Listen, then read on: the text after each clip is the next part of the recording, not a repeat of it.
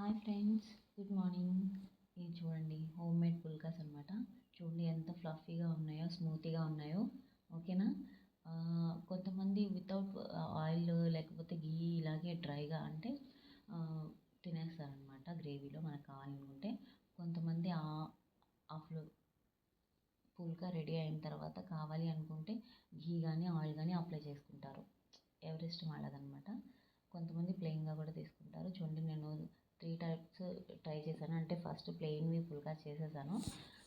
పిల్లల కోసం లేకపోతే మనం నచ్చితే ఘీ అప్లై చేసేసుకోవచ్చు లాస్ట్లో. ఘీ కానీ ఆయిల్ కానీ. ఓకేనా.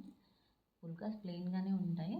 ఒకవేళ మనం హెల్తీ కోసం మన పిల్లలకి పెట్టాలి అనుకున్నప్పుడు లాస్ట్లో మన కంప్లీట్ అయిపోయిన తర్వాత వేడిగా ఉన్నప్పుడే, కొంచెం లైట్గా వేడిగా ఉన్నప్పుడు మాత్రమే మనం ఘీ కానీ ఆయిల్ కానీ అప్లై చేసేసుకోవచ్చు.